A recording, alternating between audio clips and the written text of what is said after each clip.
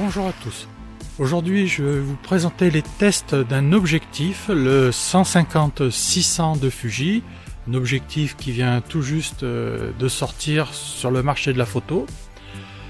C'est une optique que je vais tester sur le X-H2S et le X-H2. Et avant tout, je tiens à remercier le Studio Gonnet du Chambon-Feugerolles dans la Loire pour le prêt du matériel qui m'a permis de réaliser cet essai. J'ai fait des photos comme je fais un peu d'habitude, dans la nature, en me promenant, peut-être un peu de paysage, un peu d'animalier. Et je vais, au travers les images que je vais vous présenter, analyser un peu comment j'ai trouvé cette optique, sa facilité d'utilisation et faire un petit point final sur ce que j'apprécie et ce que j'apprécie moins de cette optique. Sans plus attendre, on va tout de suite voir ce qu'il en est. C'est parti!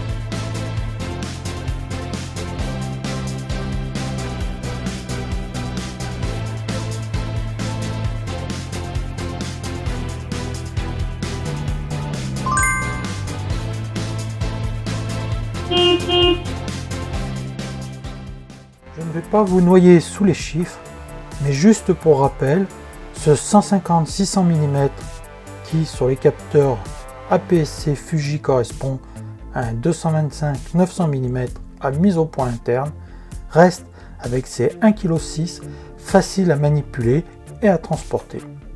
Il est tropicalisé et donc peut sortir par mauvais temps. Perturbé par la couleur de l'objectif, même si les finitions sont très belles, ce gris métallisé est visible à des kilomètres. Et pour photographier discret aussi bien les humains que les animaux, ce n'est pas l'idéal. La fixation pour pied est très bien réalisée. Au format arc à suisse, elle est amovible. Cette optique se porte très bien sur un monopode. Il est livré avec une housse tissu de protection et une sangle de transport, et ainsi qu'un pare-soleil avec une ouverture pour le filtre polarisant. Le diamètre pour le filtre est de 82 mm. J'ai commencé à tester cet objectif avec le Fuji X-H2 de 40 mégapixels. Bien que cette optique ne soit pas particulièrement destinée à être utilisée sur cet appareil qui, comme son petit frère de 40 mégapixels, le X-T5, n'a pas un autofocus de course, j'ai quand même voulu voir comment il était possible de photographier avec un capteur très défini et une optique de très longue focale avec des ouvertures limitées. Eh bien, vous verrez sur les photos qu'en prenant soin de toujours avoir une vitesse suffisante et adaptée au sujet, les résultats sont à la hauteur du capteur. À présent, voici quelques tests réalisés avec cet objectif. Le premier, c'est le test de stabilisation. Donc on peut voir que là, la stabilisation fait parfaitement son travail. Je suis donc sur le X-H2 de 40 mégapixels à la focale la plus longue. Je descends au 200 mm f8, donc ISO 125. La qualité est toujours présente, la définition est correcte. Le centième, donc là on va commencer à voir que la stabilisation arrive au maximum de sa capacité. L'image est toujours tout à fait présentable. Le 60e, là on perd quand même en qualité.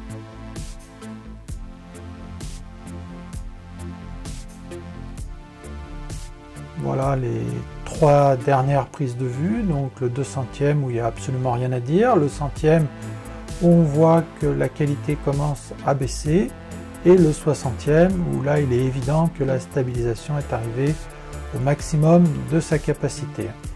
Donc en réglage, c'était stabilisation capteur plus stabilisation optique. La stabilisation optique ne peut pas particulièrement se débrayer. Bon, il y a une gestion particulière entre celle du capteur et celle de l'optique, et Fuji n'est pas très bavard à ce sujet. Donc on voit également sur le A la différence de définition quand on passe du 1/200e au 1/100e et au 1/60e. Les contours sont beaucoup plus nets.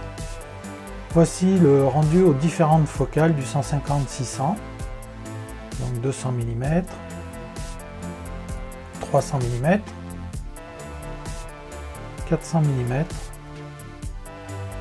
500 mm et enfin le 600 mm. Donc on a quand même une plage de focale qui est très intéressante et qui permet de faire une multitude de sujets.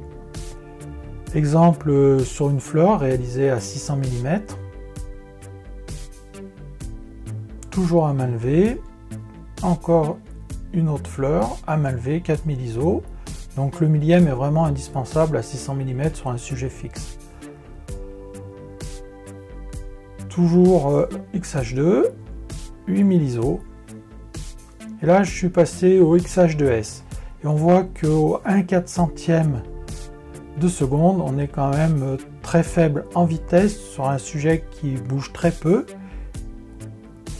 Le XH2S à 6400 ISO, toujours 600 mm. Même condition de prise de vue, 2500 ISO, millième de seconde. Donc là on a vraiment tous les détails. XH2, lune le matin de bonne heure, donc le jour avait commencé à se lever. Et enfin, le XH2S avec une bague à longe pour faire de la macro-photographie.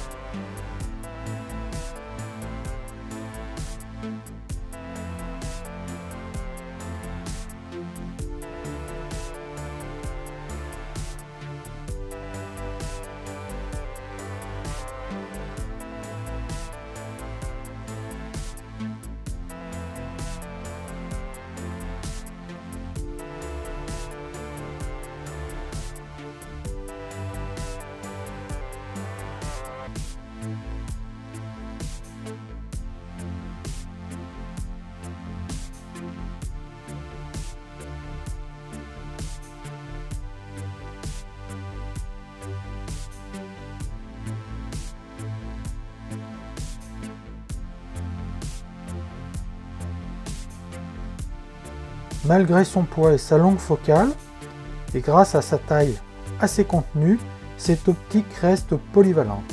On peut faire sans problème de la photo macro avec des bagues à longe, utiliser le convertisseur de focale 1.4 sans problème et également faire de la proxy photographie à 600 mm.